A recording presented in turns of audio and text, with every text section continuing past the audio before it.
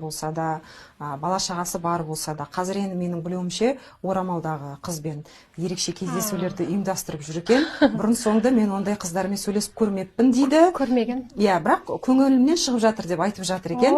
Оған сіздің көзқарасыңыз? Орамалды қыздар көп та, бірақ мен айтамын, сөзі мен амалы сәйкес келсе, сол дұрыс.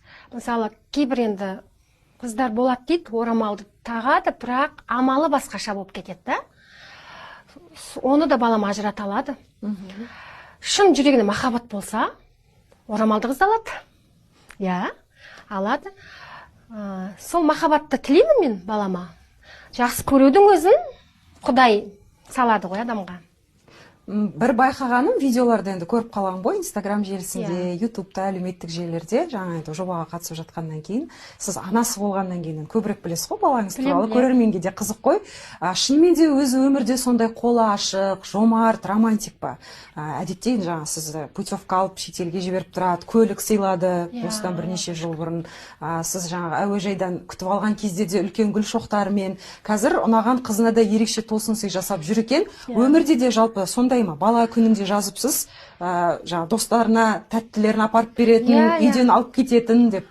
Иә, бала күнде де ол үйдегі эфирге үлгермей алдым, бірақ Заринамен кездестік. Қалайсыздар? Жақсы, шүкір, жаңа жылдарыңызбен. Сыйлығын бердім, енді өздеріңіз сторисінен көретін болсыздар, не берейін. Сол. Пранда необычный нәрсе дедім мен сөздің ашық. Не деп ойлайсыз? Білмеймін, бір коробка тұр. Сырты розовый ма? Розовый, короче.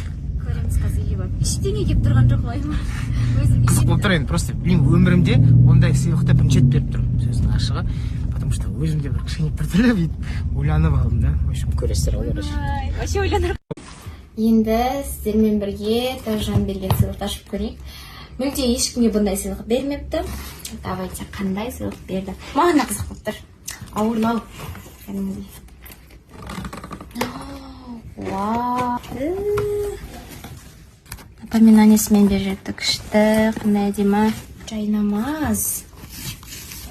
Менде сәл осыған ұқсайтын розовый бар еді, бірақ мына мүлде басқаша екен. Оюлары. Әдемі, еше жұмсақ, қараңыздар. Оқи бергім келеді. Үстінде. Еше алдағы уақытта қыс келе жатыр. Жұмсақ болатын болды. Раузан исімен мекендейсіз дейтін еді ғой. Рахмет. Сондай тәсбих болып тұр ғой. Әдемі екен, иә? Карсима скафандра. Патиджады. Рахмет.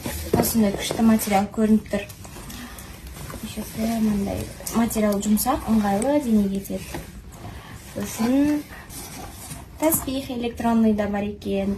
Ананы да қолдансам болады, мынаны да қолдансам болады. Еще иман негіздері деген Смайыл Сейітбековтің кітабы бар екен. О, как раз иманымызды бір несе болатын болдық қой. Перезагрузка жасап, апгрейд. Рахмет көп-көп, Алла разы болсын, өте күшті кітап екен.